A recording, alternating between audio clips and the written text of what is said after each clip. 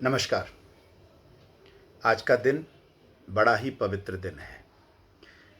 ईद उल फितर मुस्लिम समुदाय के लिए एक बड़ा ही पावन पर्व होता है, जिसे मीठी ईद भी कहा जाता है।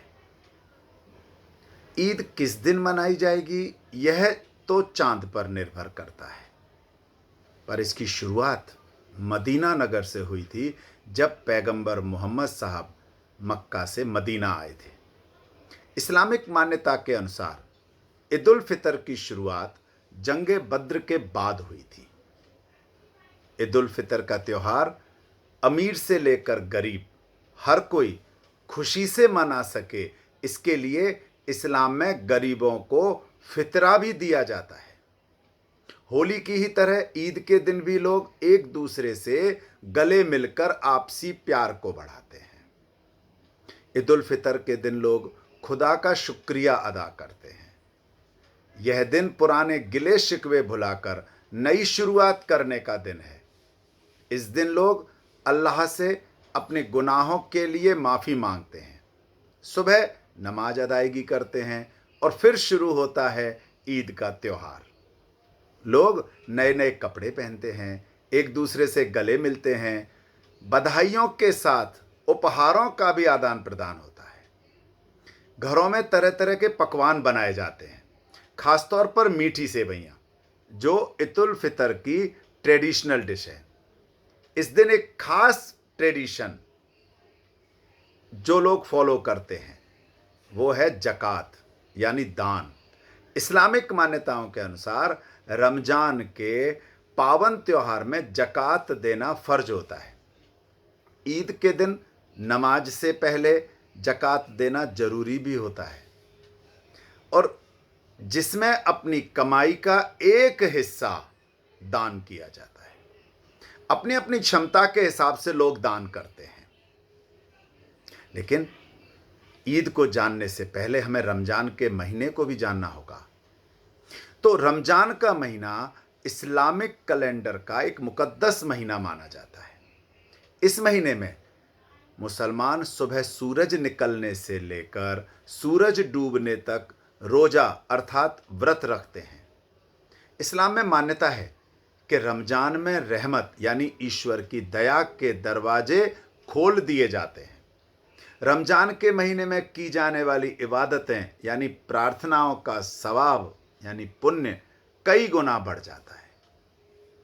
एक महीने तक रोजा रखने के बाद ईद की खुशियां मनाई जाती हैं। इस माह में इबादत के नियम भी बड़े कड़े होते हैं, और इसीलिए ऐसी मान्यता है कि इस महीने में इबादत का सवाब भी आम दिनों की अपेक्षा 70 गुना तक बढ़ा दिया जाता है। रमजान का जो शाब्दिक अर्थ है वह है पिघलना। कहा जाता है कि रमजान के महीने में जब इंसान इबादत कर दुआ करता है तो वह कबूल होती है, और जो गुनाह हैं वो पिघलकर अपना वजूद खत्म कर देते हैं। आदमी पाक साफ हो जाता है, उसकी माफ़ी हो जाती है। इसलिए इस महीने का नाम रमजान पड़ा। रमजान उपवास और प्रार्थना के साथ साथ आत्मनिरीक्षण करने का भी महीना है। रमजान और रोजे में फर्क है। रमजान पूरे महीने को कहते हैं, जबकि इस महीने में रोजाना पालन किए जाने वाले व्रत को रोजा कहते हैं। इस्लाम में रोजा एक फर्ज है, इबादत है। हर सेहतमंद मुसलमान के लिए यह जरूरी भी होता है।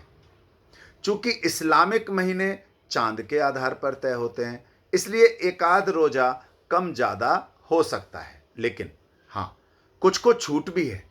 कोई बीमार है, बीमारी किसी को बढ़ने का भी डर हो, कोई गर्भवती महिला है, दूध पिलाने वाली महिला है, ऐसे कुछ लोगों को रोजा रखने की छूट भी।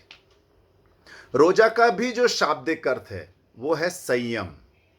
रमजान के दौरान दिन में खाने और पीने से दूर रहने से रोजेदार को याद रहता है कि उसे जिम्मेदारी की भावना के साथ जीवन जीना है।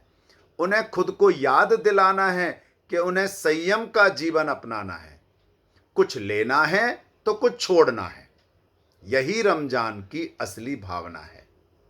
इसे गरीबों को फितरा अर्थात दान बांटने के त्योहार के रूप में भी देखा जाता है। तभी ईद, ये ईद उल फितर, गरीबों के लिए भाईचारे की भावना और सहानुभूति प्रकट करने का भी प्रतीक है। ईद का दिन केवल त्योहार का दिन नहीं होता, बल्कि यह दिन रमजान में सीखी गई बातों को अपने जीवन में ढालने का भी होता है। रमजान का उद्देश्य केवल खाना पीना छोड़ना नहीं होता, बल्कि रोजा प्रतीक होता है स्वयं को हर बुराई से जीवन भर दूर रखने का। मूल रूप से ईद विश्व बंधुत्व को बढ़ावा देने वाला त्योहार है। इसीलिए हजरत मोहम्मद साहब ने इसे सभी धर्म के लोगों के साथ मिलकर मनाने और सबके लिए खुदा से सुख, शांति और बरकत की दुआएं मांगने की तालीम दी है।